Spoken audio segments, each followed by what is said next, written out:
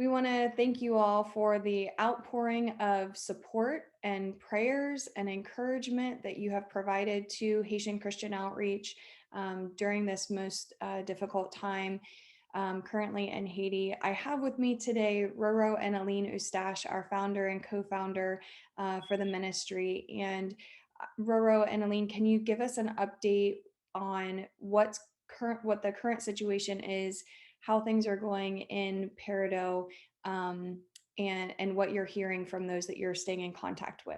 I know you all have been watching in the news. Once again, Haiti has been hit by a 7.2 earthquake. It's been very, very difficult for the people in the south. And things are very, very, very tough for them. And plus, we've also been hit by a hurricane that is covered the whole country.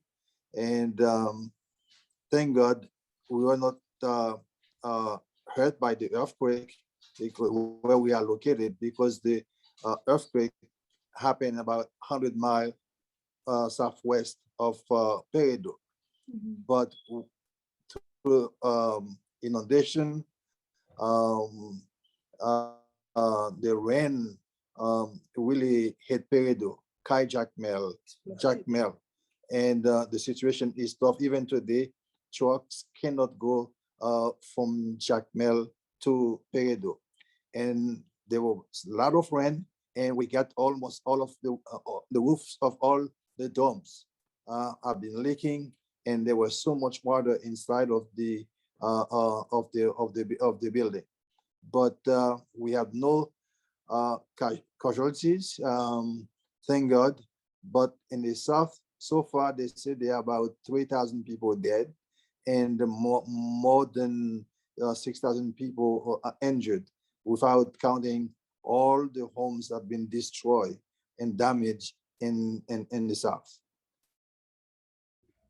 So we know that in the 36 years that you both have been doing ministry in Haiti, Haiti has been hit hard by so many natural disasters, civil unrest and political unrest, the big earthquake of 2010. And so can you just tell us how this is, each of those tragedies had different difficulties and different obstacles in those rescue efforts, but can you tell us how this one differs from those, and how the rescue efforts this time differ, especially from the earthquake in 2010? For the last 36 years, Eline and I, we've gone through so much of those disasters. However, I know we at HCO, we really want to help, but we are waiting for the first wave of help going, because there are so many people going. Sometimes you don't know what to do.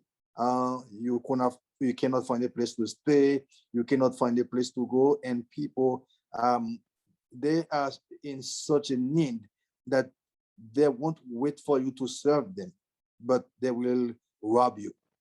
And so our plan is to wait, and then we are planning trips to go with water, with food, with medicine, to go not in the main big cities, because in the big cities, people, that's where mostly help will stay. Mm-hmm. But we, HCO wants to go to the small villages. Mm-hmm. We want, so we can do distribution to the people who are really in need. Even try to rebuild or build houses that for people whose houses are completely destroyed. Yeah, and that's something that you and I have talked about, our board has talked about a lot over the last couple of days, holding different emergency meetings and prayer and just really asking for wisdom and direction when it comes to this, not trying not to be timid about it, but also at the same time to not rush in where we might be a hindrance as opposed to being as helpful and as effective as possible. I have to say, being in touch with the hospital administrator from the Peridot Community Hospital, Schreiber, being in touch with him and being in touch with some of the employees there, they're doing a fantastic job in preparing for victims from these areas, or those who, are now victims of Tropical Storm Grace, right? I'm hearing of such tremendous stories of those first responders, those local physicians who have done an amazing job of organizing the efforts to help those who are in need at the epicenters, in Jeremy as well as in Lakai. I know that Tropical Storm Grace on Sunday did halt some of the emergency or some of the first responders' efforts to do some of that rescue. But we've also been in contact with Haiti Air Ambulance. We've been in contact with the representative from the Mission of Health, or MSPP, in Lakai. We've been in contact with organizations that we know in those areas to let them know, hey, we are here. Peridot is open 24/7. We've got physicians, local physicians on the ground, ready at your disposal to help take some of that patient load off of you. Maybe help open a bed for a individual who might need that trauma surgery. We can take individuals who need other medical care at this time. And then, RoRo, like you said, we're going to, while our hearts say we want to be there, we know that God is saying, I'll give you the green light. I'll keep asking, and I'll give you the green light. And we know that the best way for us to help with sending in orthopedic surgeons and emergency medical physicians will be, like you said, for that second wave of relief, when we can go in and help relieve those first responders, set up those medical clinics in the smaller villages, things like that. In a situation like this, at this time of the year in Haiti, this is the season of hurricane and tragedy. It's always that season. What we are thinking, I was sitting with our daughter, Kimberly. We don't want to be thinking at this time, whenever disaster hits, to say, what can we do? How can we go to Haiti? What this, what that? We want to always be prepared. Thank God we have, I don't know, even if we have to take a piece of land from the soccer, on the soccer field, if we can build an emergency area just to well equipped. And when I said well equipped with everything, but we can recycle, let's say food and water, recycle them, check them so they are up to date, and have everything we will need for emergency.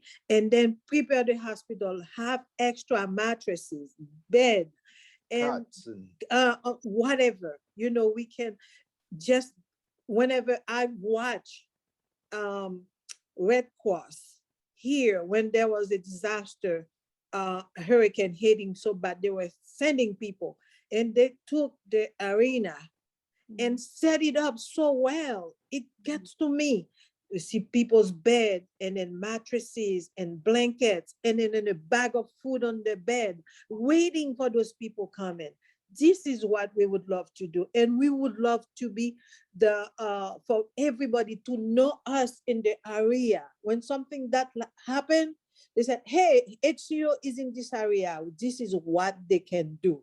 Yes, you know what I mean? And thank God we have a soccer field. We can even have an helicopter, to land and take people. Absolutely. I think what I'm hearing you say is the goal is to be, because we know that these things happen in Haiti, the goal is to be prepared when it happens, yes, and not be reactive to it. Yes.